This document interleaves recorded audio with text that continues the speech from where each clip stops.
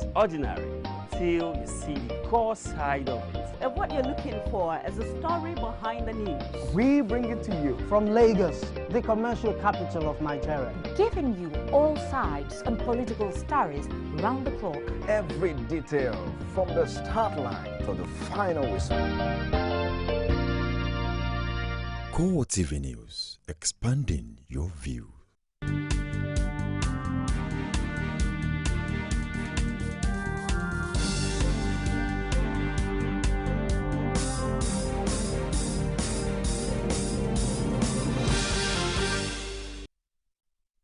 Hello, welcome to CoreTV Primetime News. I am Gift Ogete. In our major story, veteran journalist and vice chairman of the Sun newspapers, Dimba Igwe, dies at 58 in Lagos.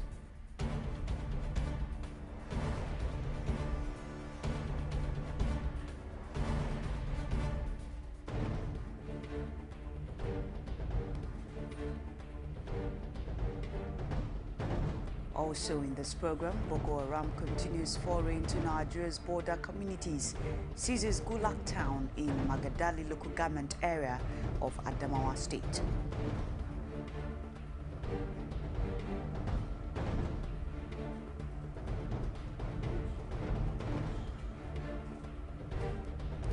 APC and PDP bicker over two suspended INEC officials nearly 1 month after the conclusion of the governorship election in Osun State.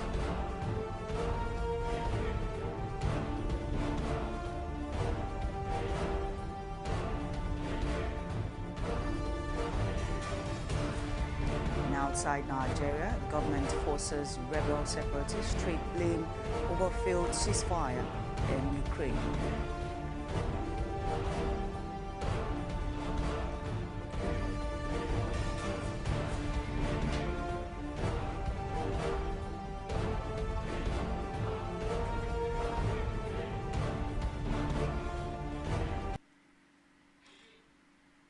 It's good to have you join us again for CoreTV Primetime News, the weekend edition.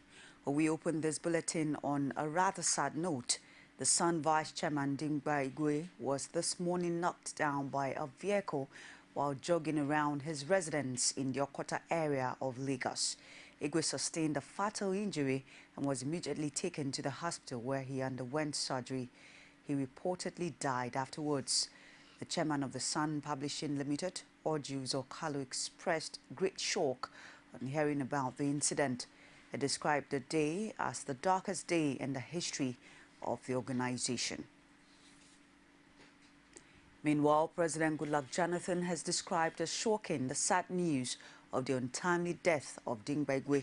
Advisor to the President on Media and Publicity, Reuben Abati, in a statement says President Jonathan commiserated with Igwe's family members, friends, associates, Guild of Editors and the publisher of the Sun newspapers. The deceased, according to him, will always be remembered as a hard-working and dependable professional. He therefore urged Igwe's relatives, friends, associates and professional colleagues to be consoled by the fact that the deceased lived a purposeful life by putting his God-given abilities to the best use. Jonathan praised that God will grant his family the fortitude to bear the loss of the very forthright journalist and media administrator and also grant his soul peaceful repose. The secretary to the government of Adamawa State, Liman Tuka, says insurgents have taken over Gulak town, the headquarters of Madagali local government area of the state. This is contained in a statement issued by Tuka and made available to journalists in Yola on Saturday. The statement says the insurgents had killed and displaced many people in the town during their attacks. According to the statement, the state government deeply sympathized with the people of Gulak and other surrounding villages and towns whose areas had been overrun by insurgents. It ordered that the state government would do as much as possible to assist the displaced people. Meanwhile, the Emergency Management Agency has been directed to hasten assistance to the displaced persons. The police training school in Gwaza, Borno State is still under the occupation of the Boko Haram sect, weeks after it was attacked and overrun by insurgents.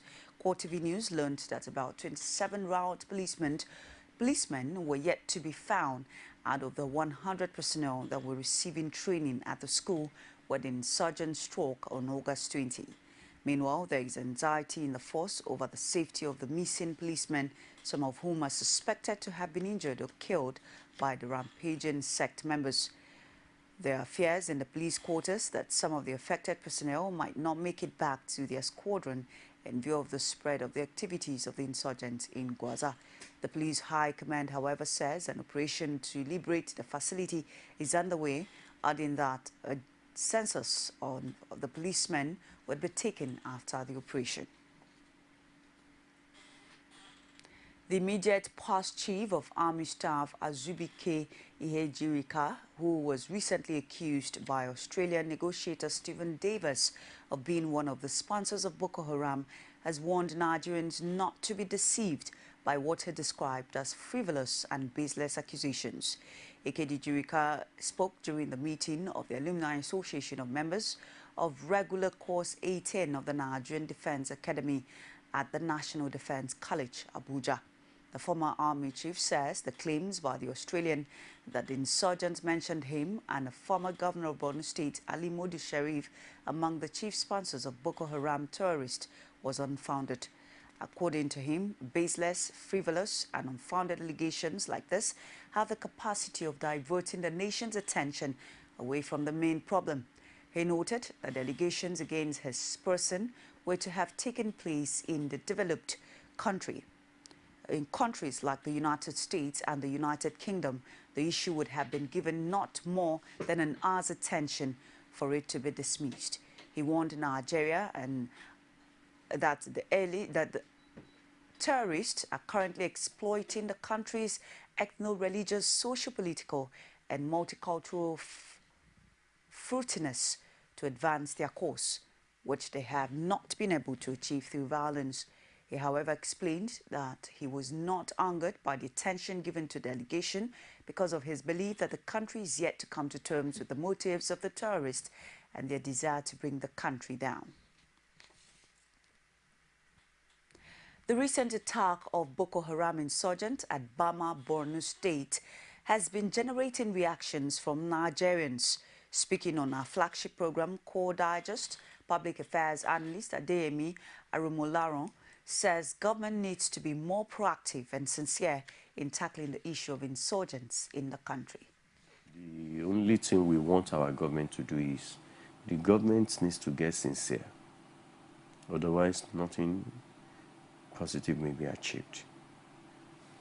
Yes, those guys, they have the money with which they are buying their weapons.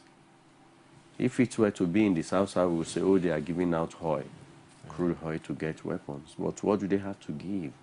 No, so we can begin to insinuate that, look, their sponsors must be international, no more local. For them to have the sophisticated weapons that are superior to our home military authorities that is chasing away the military, then it tells us a lot that these guys, they are well equipped, they are well funded. And if we're talking of the source of funding, then we should look far, far beyond the Nigeria environment. On her part, President Women Who Rise Initiative Joe Okeyo-Dumaki says the Bring Back Our Girls campaign is still at the front burner. She emphasized that they are leaving no stone unturned until the girls are brought back alive.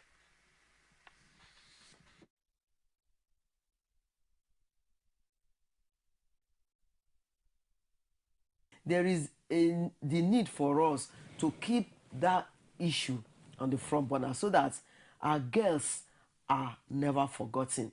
And I think that apart from having the girls back, rescuing them, we will also have arrangements when these girls are back. How would they be reabsorbed? Scholarship. So it's not that all hope is lost. Although one thinks of the fact that the rescue, they must painstakingly rescue the girls because it's not going to do us any good. God forbid. I even hate to think of it. Imagine the fact that nobody will also want to fathom the fact that we want the girls, we want Sambisa to be bombed, and if the girls are alive or dead, we should bring them. No, we want them rescued. We want them alive.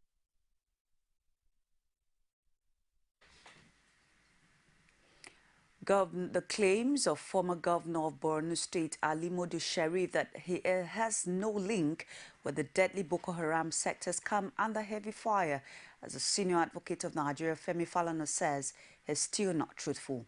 Sharif's denial of links with Boko Haram is coming on the heels of a damning allegation by an Australian negotiator, Stephen Davis, hired by the federal government to negotiate the freedom of the abducted girls kidnapped from a school in Chibok, Borno State in April. Davis revealed that Ali Modu Sharif and former Chief of Army Staff Azubike Ihejiwika were principal sponsors of Boko Haram. Although Sharif has addressed several press conferences to deny the allegation and has threatened a legal action on the issue, Falana believes he still has more to unveil on his involvement with the terror group. And attempted to insult the collective intelligence and memory of Nigerians by denying any links with the dangerous, dreaded Boko Haram sect. And I'm expecting him to sue me, because he said he wanted to sue an Australian. You don't need to go to Australia. What you are looking for in Sokoto is in the pocket of your Sokoto. I'm ready to join issues with him, because not only did he sponsor that organization by providing funds for them, in 2003, he had a deal with the Boko Haram sect to get him to win the election. And that if he won his re-election, he will compensate the organization. When he won that election, he appointed Alhaji Bugu Foy as the Commissioner for Religious Affairs to implement Sharia in that state. When the man attended the first Executive Council meeting, he discovered that they were all talking about contracts and how to steal money. So he went back to the camp, the Boko Haram camp, and said, where you send me to is Gida Barawi, the house of thieves. I can no longer be part of them. So he was asked to resign, and that was how Foy resigned from the government of Modu Sharif. So to say that you don't know them is the greatest lie.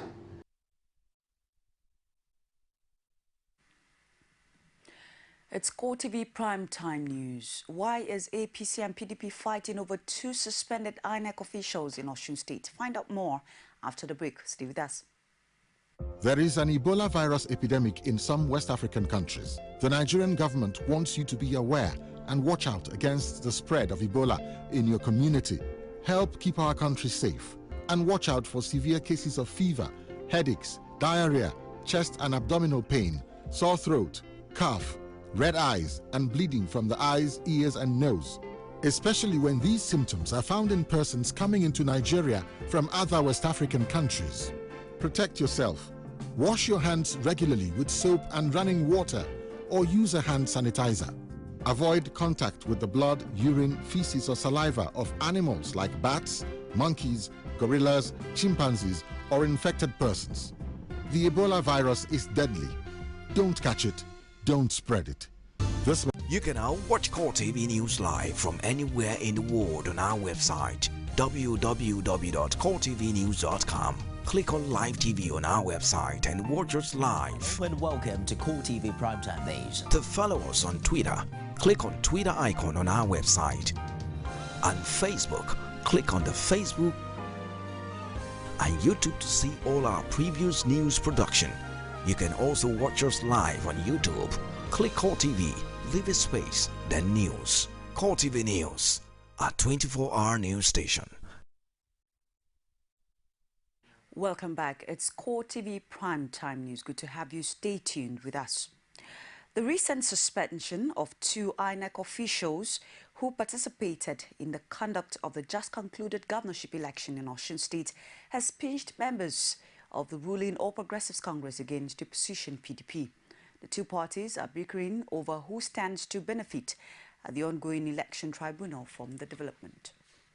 Rashid took up the issue with the spokespersons of the two parties and filed in this report. The August 9th governorship election in Osun State has come and gone. A winner has emerged. However, the controversies trailing the outcome of the election lingers on. It is no longer news that the PDP is currently at the Election Petition Tribunal challenging the outcome of the governorship poll. With inspection of election materials and investigations ongoing, the main gladiator in the battle, APC and the PDP, are now pointing accusing fingers at each other, claiming that the two INEC officials who were suspended recently are those hired to work for them. APC says the suspended officials worked for PDP during the election, a statement the PDP described as laughable. He was caught by vigilant youths and was dragged to state CID. And there and then was released to a kingpin, to a chieftain of the PDP. So how could he have worked or been working or attempting to work for APC? There's no amount of antics that can distort the unwholesome experience that Osun people were confronted with, talking about the August 9 gubernatorial election. The APC now to come back and accuse PDP that did not benefit from their irregularities, it's laughable. The blame game continues as the APC says INEC's decision to suspend its officials and its reasons for doing so is not the business of the PDP. But the PDP insists there is more to the suspension and the reasons given for it. The INEC came out to say that their employee, those they have in their employment, say this, did this, and then this is why we are taking action. And you still went ahead to be querying that action, then why should they be telling you that they misbehaved? That's why you send them on. So they were trying to defend the boys. It was a national office of that, of the election management body that sanctioned those officers. Therefore, for the Osun State office of INEC to come round and begin to concoct cock and bull story is laughable. As the bickering continues, both parties were of the opinion that these jobs should be saved for the courtroom when the tribunal commences sitting. We have no apology that we won. We won creditably well, we won convincingly, and we won because the world saw what we have done and they gave approval of what we have done. We don't have any problem because we have enough unassailable evidence and records to show that there was a great deal of malfeasance as far as the August gubernatorial election was concerned. As the political battle rages on, more interesting fireworks are expected from these gladiators, especially when the Osun Election Petition Tribunal begins its sitting. Rashid, CoreTV News, Osogbo. The World Health Organization has announced that deaths from Ebola virus disease has claimed about 2,000, while assuring that treatment vaccines would be available by November. The deadly virus has claimed 2,097 lives out of 3,944 people infected in Liberia, Guinea and Sierra Leone since emerging last December. The UN's Health Organization reveals after a two-day crisis meeting in Geneva. Nigeria has recorded another 8 deaths out of 22 cases recorded in the country. At least 30 more people have died in a separate outbreak in the Democratic Republic of Congo. According to the WHO, results from safety trials for 2 prototype vaccines should be known in November. A proven safe vaccine could be available in November 2014 for priority use in healthcare workers. UN's Secretary General Ban Ki-moon set the goal of stopping the worst ever outbreak of the disease within 6 to 9 months. The next few weeks will be crucial, Ban says in New York, ordering this was an international rescue call. The meeting in Geneva gathered more than 150 experts in drug research, epidemiology, ethics, regulation and financing. Serum may be used to treat Ebola virus disease and that all efforts must be invested into helping affected countries use them safely. 2 promising vaccine candidates were identified. One is called chimpanzee adenovirus Ebola, and the other one VSV Ebola. Safety studies are currently underway in the United States of America and soon to start in Europe and Africa. Yes, it's absolutely unprecedented. There is no doubt.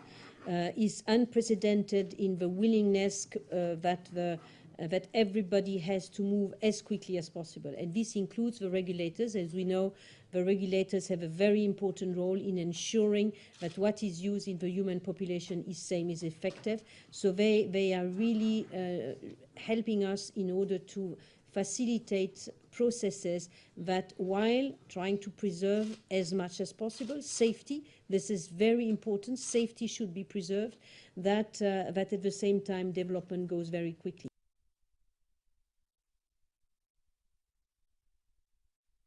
Sierra Leone's footballers are disappointed by a sense of betrayal by fellow Africans over the Ebola virus that has led to a near pariah status and forced them to play all their games in the ongoing Africa Cup of Nations qualifiers away from home. Only players based outside Sierra Leone were allowed into Ivory Coast for the Africa Cup of Nations qualifying game in Abidjan on Saturday. And it was only under a threat of being expelled from the competition that the host authorities permitted the game to go ahead. The Ivorians' attitude to the plight of their fellow Africans has deeply upset the Sierra Leone Stars. Nearly 2,100 people have been killed in the devastating Ebola outbreak in West Africa, with about a quarter of the deaths in Sierra Leone. Many African governments have sought to isolate Sierra Leone, Guinea and Liberia, the worst-hit countries, including their sportsmen and women.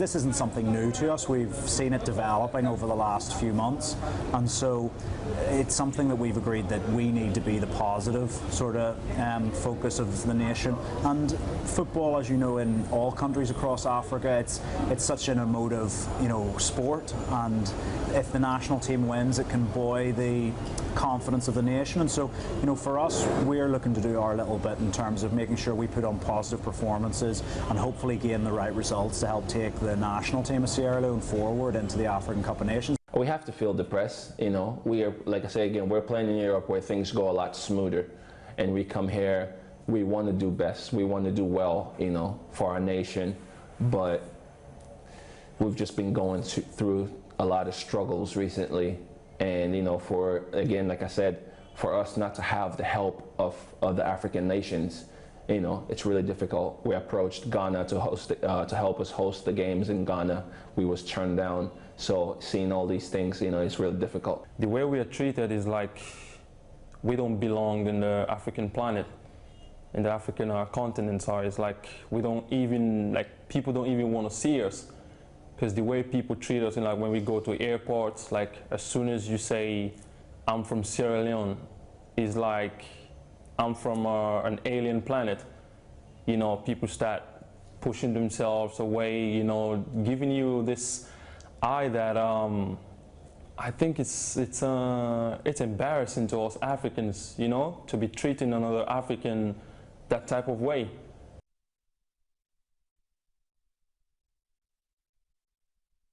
The Nigerian authorities want professionals in the construction industry to maintain international best practices in order to stem the tide of building collapse in the country. This was the thrust of a message delivered at a national stakeholders conference on the industry in Abuja. The forum was at the instance of the Standard Organization of Nigeria. The report.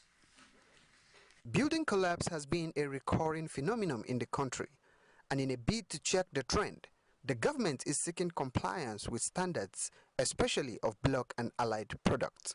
The right application of specifications and the standards will ensure optimal use of resources, right quality and durability of your sanctuary blocks, thus aligning with the federal government's aspiration for safe, and affordable housing for the nation.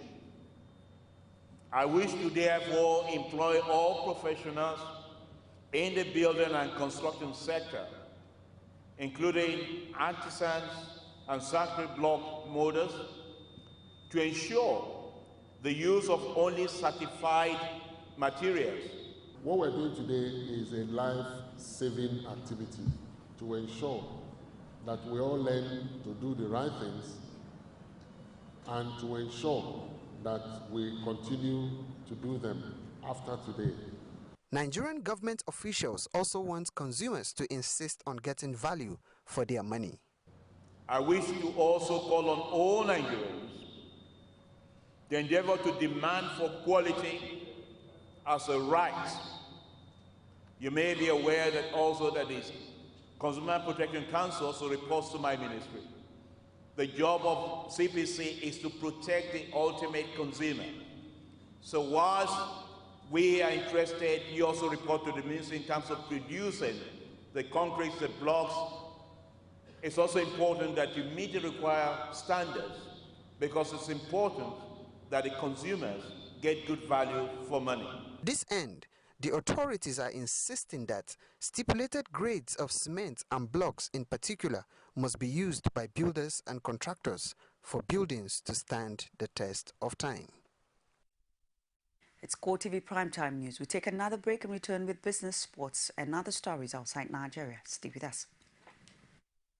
There is an Ebola virus epidemic in some West African countries. The Nigerian government wants you to be aware and watch out against the spread of Ebola in your community.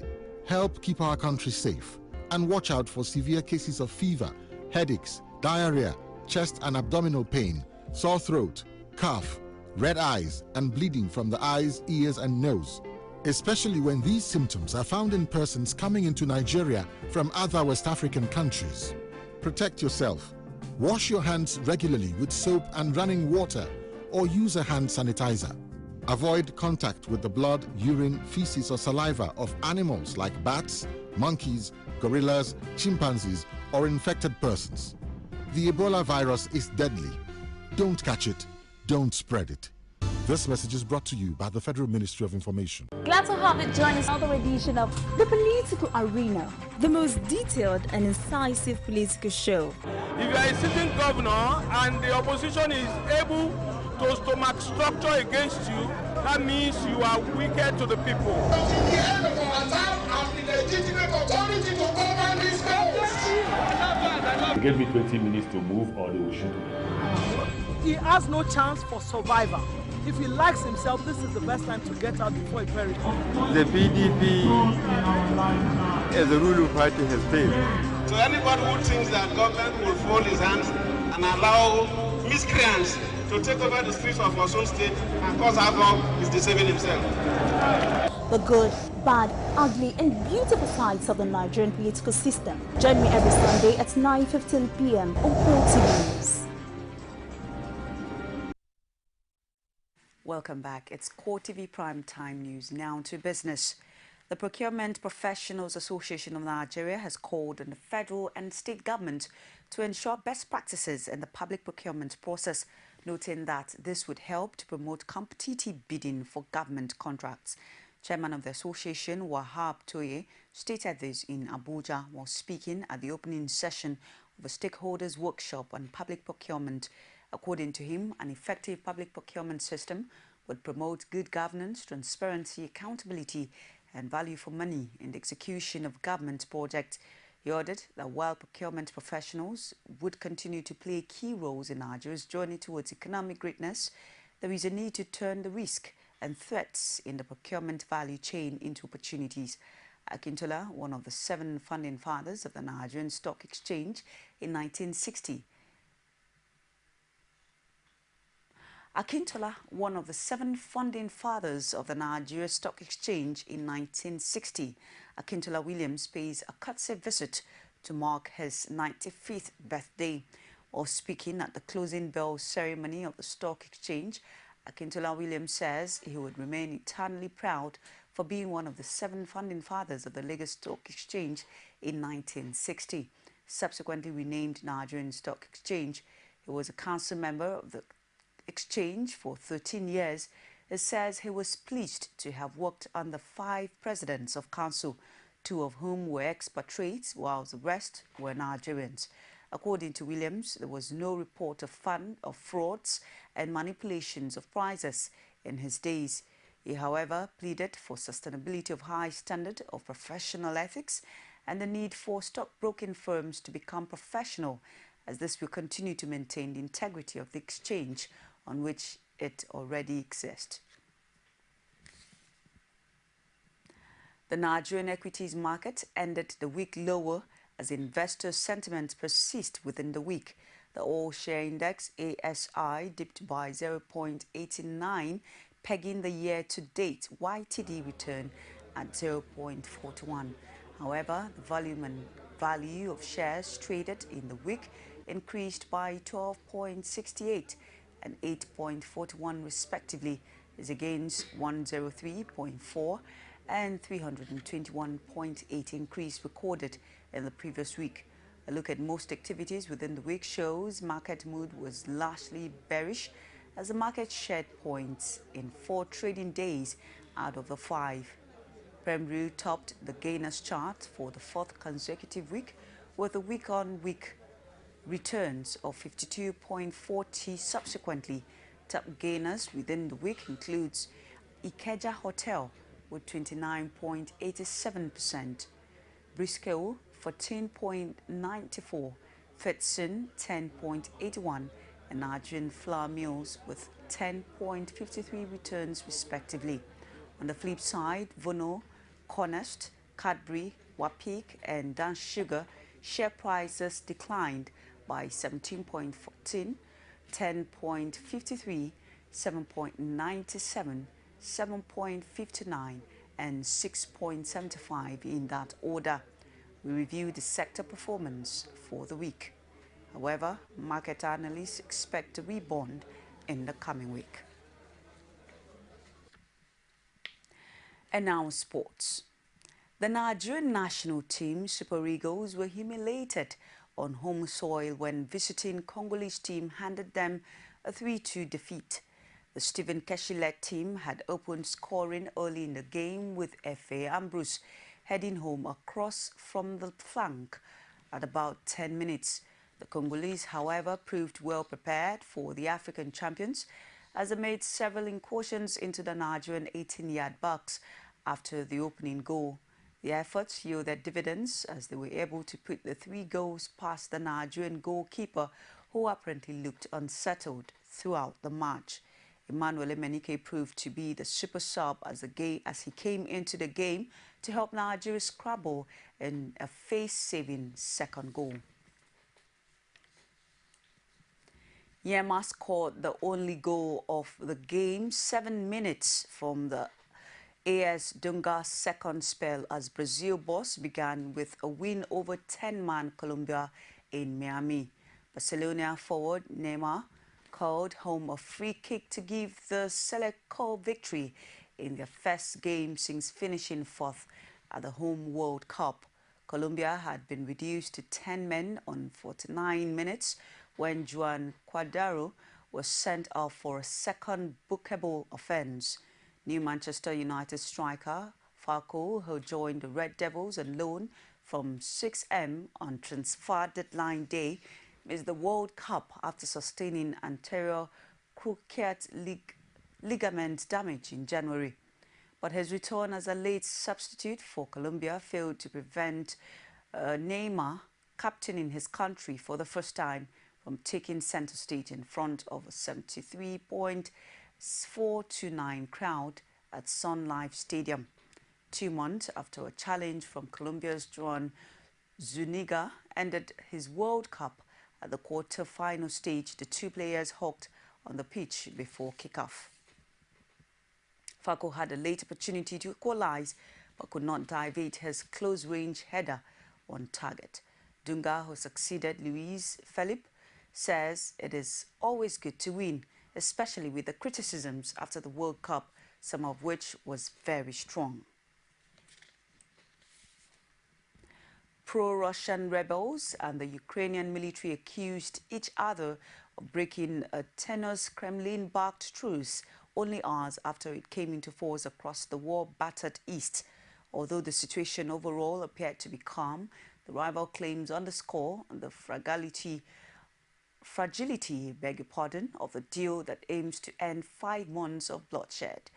It contains no framework for a political solution to an insurgency still threatening to tear apart Ukraine.